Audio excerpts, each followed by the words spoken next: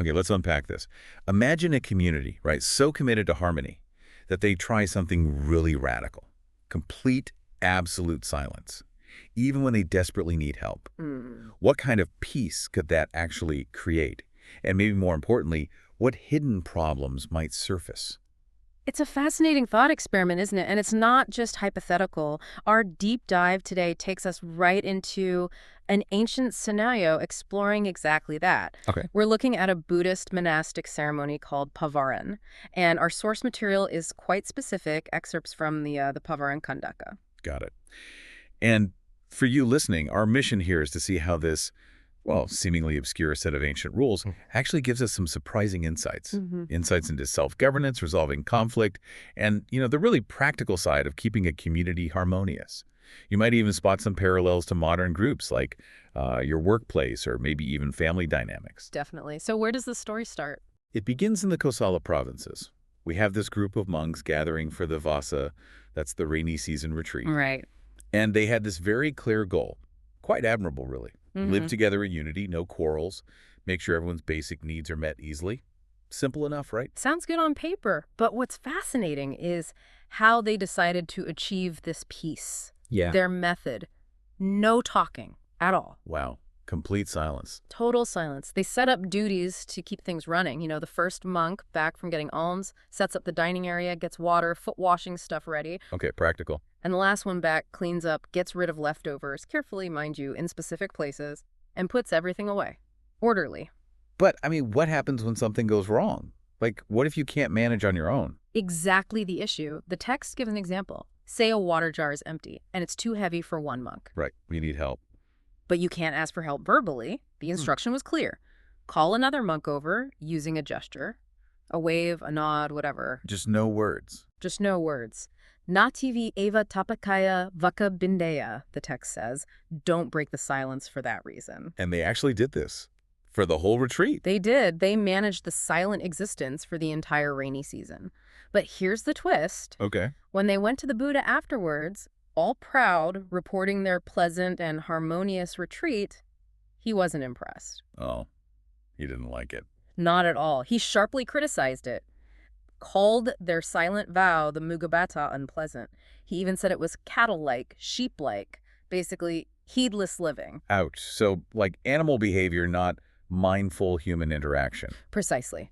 And he explicitly forbade that kind of practice for his followers. It wasn't the Buddhist way. Okay, so silence, even with good intentions, was a dead end. The Buddha saw a major problem with just avoiding communication. Absolutely. Avoidance wasn't the path to true harmony. So what did he propose instead? If silence is out, what's the alternative? Well, he introduced something almost the polar opposite, Pavāraṇā. Pavāraṇā. It's a formal ceremony for monks after they finish the rainy season retreat. And it marks this huge shift from enforced silence to, well, really open dialogue, radical dialogue even. Radical how? What did this dialogue involve? It was incredibly open. The Buddha specifically allowed monks to invite criticism from their peers. Invite criticism. Yeah. Voluntarily. Yes. And based on three things: what has been seen, what has been heard, or even just what has been suspected. Suspected. Wow, that takes a lot of trust. It really does. Imagine that level of transparency being the norm. So why? What was the ultimate goal of this invitation for feedback? Was it just about venting? No, not at all. The purpose was very clear. Anyamanya mutual accord, apatibhuhanata, resolving offenses, and vinayapurakarta, upholding the discipline. Okay, so harmony, fixing problems, and staying true to the rules. Exactly. It was about building internal integrity through transparency. And the ceremony itself wasn't casual. It had a formal structure. Right. How did that work? A competent monk would announce it. Then, starting with the most senior monk, going down to the most junior, each monk would adjust their robe, kneel down ukukani siddhitva, hold their hands together respectfully, nanyajali pagahetva, and make that invitation 3 times. 3 times each. 3 times. And the posture mattered. If a monk just stayed seated while the others knelt, that was actually a minor offense, a dukkha. Strict. It was, but there was compassion too. The Buddha later made an exception for monks who were frail or elderly. They could sit down after they'd taken their turn. Okay, so it's this foundational idea of open, structured feedback. But how did it become a practical system for, day-to-day monastic life? How did they make sure it actually worked? That's where the detail comes in. It's remarkably pragmatic. The texts explore all sorts of specific scenarios. Like what? Well, first, there are two main timings, the 14th day, Katutudasika, or the 15th day, Panarasika, of the lunar cycle. Then the rules change based on how many monks are there. Group size matters. Absolutely. 5 or more monks. It has to be a full community act, a sangakama. Okay. 4, 3, or even just 2 monks. They perform it mutually, just among themselves. The procedure is slightly adapted. And what if a monk is completely alone? Out somewhere remote, do they just skip it? Nope, they still do it. If a monk is alone, they're instructed to prepare the space sweep, set out water, light a lamp, make it feel official. Right. Then they sit and formally declare, today is my Pavāraṇā. If others happen to arrive, great, they join in. If not, the lone monk mentally affirms their participation. Mentally affirms. Yes, and not doing that mental affirmation actually counts as a minor offense, another dukkha. So even alone, the intention and the act are important. Very. But here is a key point about the group. You couldn't perform the formal Sangha ceremony if the minimum number wasn't physically present. Even if an absent monk sent word saying, go ahead, it really stressed the importance of the collective being together. Interesting. It really emphasizes the community aspect. What about other practical problems, like illness or someone being held up? The rules cover that too, and they show this blend of pragmatism and compassion. It's almost like an ancient risk management plan. How so? Well, if a monk is sick, they can send another monk as their representative to give permission for the ceremony to proceed without them. Okay, delegation. Right, conveyed by gesture or voice or both. But if no representative can be sent, and the monk is too ill to come to the assembly hall, Then what? they should bring the sick monk to the assembly, maybe on a bed or a chair. Okay, make the effort. And this is crucial, if moving the sick monk could actually make them worse or even risk their life, Yeah. then the whole sangha, the whole community, must go to the sick monk's location to perform the ceremony there. Wow. So the community goes to the individual rather than forcing the sick person. Exactly. The well-being of the monk comes first. It's a powerful statement. It really is. What about external issues? Monks getting detained or dangers? Covered as well. If monks are detained on Pavāraṇā Day, maybe by family, or kings, thieves, various troublemakers, even enemy monks. Enemy monks. Okay. Yeah, apparently that could happen. Efforts should be made to get them released in time for the ceremony. But if it's impossible, then the sangha cannot proceed as a faction, vajjana sagena. They can't just do it with whoever is there. It emphasizes, again, the ceremony requires the whole community present, or at least properly accounted for it to be valid. That's a strong principle. So it wasn't just about individual issues, but the integrity of the group act. Absolutely. And this adaptability extended to other pressures too, time constraints, for instance. Like if the night was already mostly gone. Exactly. Maybe they spend a lot of time receiving donations or in dharma discussions, reciting scriptures, clarifying discipline rules, or even dealing with disputes. Okay, real life stuff. Right. Or if there was actual fear of wild animals, threats from kings, thieves, fire, water, hostile people or non-humans, serpents, even threats to life or their celibacy. Serious situations. Very. In those cases, the full 3 repetitions of the Pavāraṇā invitation could be shortened, down to 2, or even just 1 repetition. Or just a simple declaration of same year Pavāraṇā. So the form could bend to ensure the substance, the act of accountability, still happened, even under duress. Precisely. It shows incredible flexibility, prioritizing the core purpose when facing extreme circumstances. Okay, so with all this openness, this invitation to point out faults based on seeing, hearing, or suspecting, you have to imagine accusations would sometimes come up. Inevitably. How did the system handle that? When a monk has committed an offense or when someone accuses another monk, it sounds like it needs careful handling. It does, and the system is remarkably sophisticated. It's like an ancient form of due process. Okay, tell me more. First off, a monk who knows they've committed an offense shouldn't even participate until they've confessed and resolved it. Right, clear your slate first. But what if they remember during the ceremony? Mid-Pavāraṇā. Awkward timing. Yeah. In that case, they should state openly, I have this offense, I'll resolve it later, and then continue with their Pavāraṇā invitation. The key is not to disrupt the main ceremony. Resolve it afterwards. Okay, practical. What if someone is accused and maybe they're being difficult about it? Well, a monk's Pavāraṇā can be suspended, papotu, put on hold if they refuse to answer questions about an offense they're known to have committed. So there's a mechanism to pause things if someone's obstructing. Yes. But, importantly, it's an offense, a dukkata, to suspend a pure monk's pavaran without good reason, or to try and suspend it after they've already completed their recitation. So you can't just use it to bully someone. Exactly. The suspension is only valid if it's declared before that monk finishes their invitation. Timing matters. What about the accuser? Are there checks on them? What if someone makes a false accusation, or maybe the accuser isn't exactly a model monk themselves? Good question. The system accounts for that too. If the accuser is seen as unskilled, or maybe their own conduct, speech, or way of life is impure, the assembly, the community, should actually intervene to prevent conflict and just proceed with the pavaran.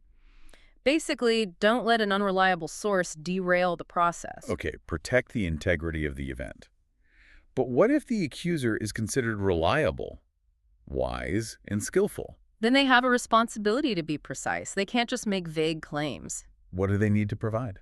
They have to state what kind of offense is. Is it about basic morality, general conduct, or maybe wrong views?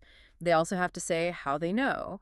Did they see it, hear about it, or just suspect it? Back to seen, heard, or suspected. Exactly. And they need to be ready to provide specifics if asked, like when and where it supposedly happened. It puts the onus on the accuser to be clear and accountable too. That's a really high bar. It prevents gossip turning into formal accusations. Yeah. Are there consequences for getting it seriously wrong, like a false accusation of something major? Absolutely. And this is serious. If an accuser falsely accuses another monk of a parajika offense, Which is the most serious category, right? Leading to expulsion. Exactly. If you falsely accuse someone of that, the accuser themselves commits a sanghadisa offense. And that's serious for the accuser. Oh, yes. A sanghadisa offense is a major disciplinary issue. It requires a formal process involving the whole community, often leading to suspension or probation for the accuser. It really underscores the gravity of making such claims. Don't accuse lightly. Wow. Okay. What if the community just disagrees on how serious something is? Say, some monks think it's a minor slip-up, others think it's a bigger deal. Another scenario they thought of. If there's disagreement, say some view an act as a minor tulakaya while others see it as a more serious sagadisa. Right. The guidance is that those who see it as the lesser offense should try to resolve it privately with the accused monk before the main assembly proceeds. Try to sort it out at the lowest level first. Makes sense. Keep the main ceremony focused. Exactly. And related to that, if someone just brings up an issue, vettu, or points to a person pugalo without clearly linking it to a specific recognized offense. Just vague complaints. Kind of. The Buddha emphasized that pavara is for the pure and harmonious. Such vagueness shouldn't be allowed to disrupt things. The process is for genuine self-correction, not for dredging up ill-defined grievances. This paints a picture of a system that's not just a set of rules, but a living, breathing process. It's dynamic. It even seems to allow for some strategy to protect the ceremony itself. Absolutely. It's incredibly practical. For example, what if you know a group of monks is coming who are, let's say, known troublemakers? Panchanakarakar, Kalahakara, quarrelsome ones? Uh-oh. They might disrupt the Pavaran. Right. The resident monks are actually permitted to perform their pavaran early, maybe hold it on the 14th day instead of the 15th. Preemptive harmony? Exactly. Or they could even temporarily step just outside the monastery boundary, the sima, complete their pavaran quickly, and then come back. A strategic retreat to fulfill the obligation peacefully. Precisely. It's about ensuring the core purpose isn't sabotaged. So what happens when the troublesome monks actually arrive? And the residents have already done their pavaran. Do they just ignore them? No, not at all. They're instructed to treat them courteously, offer them seats, water, receive their alms bowls respectfully. Basic hospitality. Okay. But then they politely inform them something like, "Friends, we have already completed our pavaran. Please do as you see fit." Diplomatic. We've done our duty, now it's up to you. Exactly. It avoids confrontation while upholding their own observance. And I remember reading something about postponing it. Even if things are going well, that sounds a bit strange. It does seem counterintuitive at first, doesn't it? But yes, there's a provision for that. It's called Pavāraṇakkhandhaka, sort of gathering or consolidating the pavaran. Okay, what's the reason? If the monks are experiencing a period of exceptional harmony, really easy living, fasuviharo, and they collectively feel they want to prolong this positive state. They don't want to rock the boat with the formal criticism session just yet. Kind of. They can formally vote as a sangha to postpone the main pavaran ceremony to a later specified date, the Kamudi Katumasini, the next full moon. But they still do other regular practices. Oh, yes. They continue with the regular Uposatha observance and reciting the Patimokkha rules. It's just the big Pavāraṇā invitation that gets deferred. So it's a conscious collective decision to extend a period of peace, decided through a formal process. Exactly. It shows the system wasn't just rigid. The community could adapt it based on their current state, using collective decision-making for what they perceived as the common good. Fascinating. Okay, one last area then. You mentioned the integrity of the group, the Yeah. formal nature. Were there people who were explicitly excluded from participating in Pavāraṇā? Yes, there were, and this really highlights the solemnity of the ceremony and the standards expected for participation. Who wasn't allowed? The rules are quite clear. Nuns couldn't participate in the monks' Pavāraṇā, nor could female trainees, sikaman, or male and female novices, sincharasamani, Okay, so full monks only. primarily. Also excluded were those who had formally renounced the training, and, significantly, individuals guilty of certain extremely severe offenses. Like what kind of offenses? Things like killing one's mother or father, harming an arahant, an enlightened being, corrupting a nun, causing a schism in the Sangha, or deliberately causing the Buddha to bleed. Wow. Okay, the absolute most serious breaches. Yes. Also, intersex individuals, Bhattaka, were excluded in this context, and those currently under certain formal ecclesiastical penalties, like being suspended from association with the community. So participation was really reserved for those considered fully committed and in good standing within the monastic, ethical, and disciplinary framework. Precisely. It underscores that Pavāraṇā wasn't just a casual chat. It was a core ritual for maintaining the integrity of the fully ordained practicing community. What an incredible deep dive. We started with what seemed like maybe a niche topic, an ancient ceremony, but it's opened up so much about self-governance, community building, conflict resolution. It's really quite profound. Going from that failed experiment in just forcing silence Yeah, that didn't work. to this incredibly sophisticated system of mutual accountability. It's quite the journey. It really is. And that core principle, inviting feedback based on what's been seen, heard, or suspected, that's such a powerful mechanism. Powerful. How? Well, it built in transparency and trust, right? It gave the community a way to resolve conflicts and maintain its own integrity from the inside out. It meant issues, whether personal things or group problems, had a structured way to be brought into the light and actually dealt with. Instead of just festering under the surface, hidden by silence or avoidance. Exactly. So, thinking about all this, here's something for you, the listener, to maybe mull over after we wrap up. Consider your own communities. Could be your workplace, a club you're in, maybe even your family.